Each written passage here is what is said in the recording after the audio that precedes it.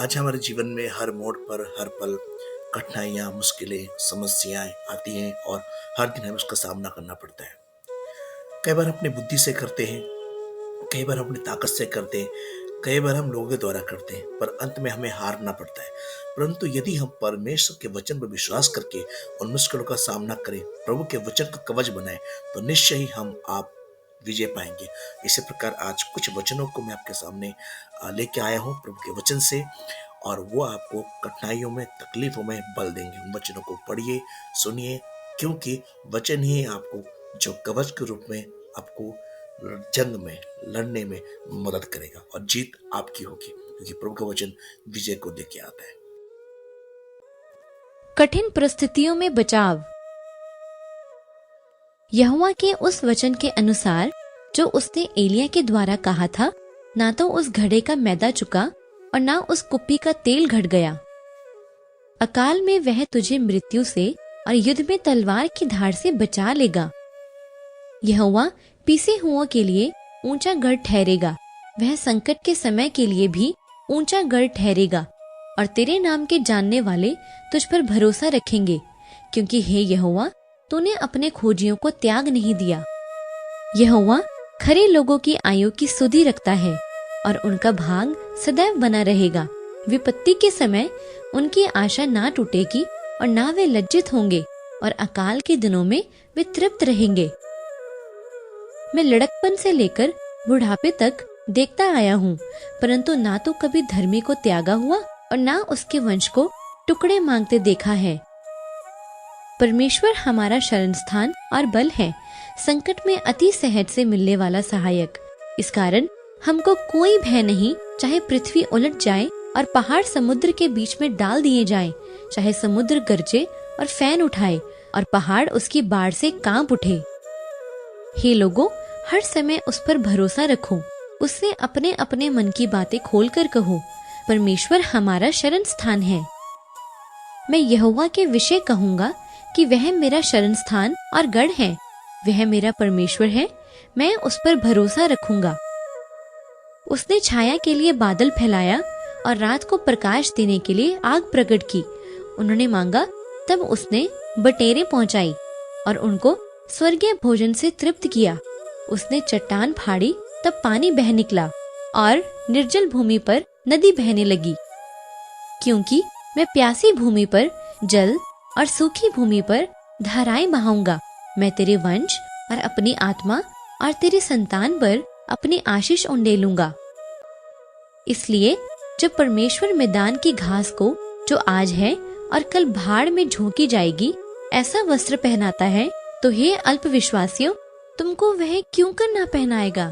इसलिए तुम चिंता करके यह ना कहना कि हम क्या खाएंगे या क्या पिएंगे या क्या पहनेंगे।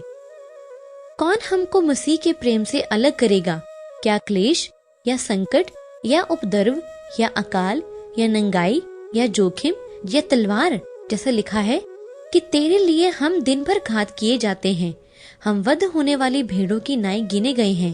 परंतु इन सब बातों में हम उसके द्वारा जिसने हमसे प्रेम किया है जैवन से भी बढ़कर हैं, क्योंकि मैं निश्चय जानता हूँ कि न मृत्यु, न जीवन, न स्वर्गदूत, न प्रधानताएं, न वर्तमान, न भविष्य, न सामर्थ, न ऊंचाई, न गहराई और न कोई और सृष्टि हमें परमेश्वर के प्रेम से, जो हमारे प्रभु यीशु मसीह में है, अलग कर सकेगी।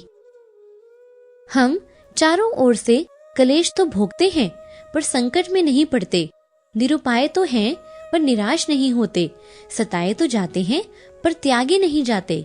गिराए तो जाते हैं, पर नाश नहीं होते। और वह स्त्री उस जंगल को भाग गई जहाँ परमेश्वर की ओर से उसके लिए एक जगह तैयार की गई थी, कि वहां वह 1208 दिन तक पाली जाए। वह जल को अपने काली घटाओं में बांध रखता और बादल उसके बोझ से नहीं फटता। वह अपने सिंहासन के सामने बादल फैलाकर उसको छिपाए रखता है। उजियाले और अंधियारे के बीच जहाँ सिवाना बंधा है, वहां तक उसने जल निधि का सिवाना ठहरा रखा है। परमेश्वर हमारा शरण स्थान और बल है, संकट में अति सहज से मिलने वाला सहायक।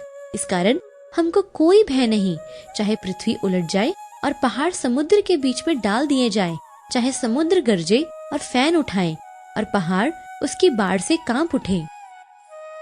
समुद्र के गर्व को तू ही तोड़ता है। जब उसके तरंग उठते हैं तब तू उनको शांत कर देता है। महासागर के शब्द से और समुद्र की महातरंगों से विराजमान यहोवा अधिक महान है। वह आंधी को थाम देता है और तरंगे बैठ जाती हैं। वह दिन को घाम से बचाने के लिए और आंधी पानी और छड़ी में एक शरण और आड़ होगा। क्योंकि तू संकट में दीनों के लिए गढ़ और जब भयानक लोगों का झोंका भीत पर बौछार के समान होता था, तब तू दरिद्रों के लिए उनकी शरण और तपन में छाया का स्थान हुआ। जब तू जल में होकर जाए, मैं तेरे संग संग रहूंगा, और जब तू नदियों में होकर चले, तब वे तुझे ना डुबा सकेंगी। जब तू आग में चले, तब तुझे आँच न लगेगी और उसकी लौ तुझे ना जला सकेगी। यहोवा भला है, संकट के दिन में वह दृढ़ गढ़ ठहरता है और अपने शरणागतों की सुधि रखता है। उसने उनसे कहा, हे अल्पविश्वासियों, क्यों डरते हो? तब उसने उठकर आंधी और पानी को डांटा और सब शांत हो गया। और लोग अचंबा करके कहने लगे कि यह कैसा मनुष्य है कि आंधी और पानी भी उसकी आज्ञा मानते हैं। देखो, मैंने तुम्हें सांपों और बिच्छुओं को रौंदने का और शत्रुओं की सारी सामर्थ पर अधिकार दिया है, और किसी वस्तु से तुम्हें कुछ हानि ना होगी,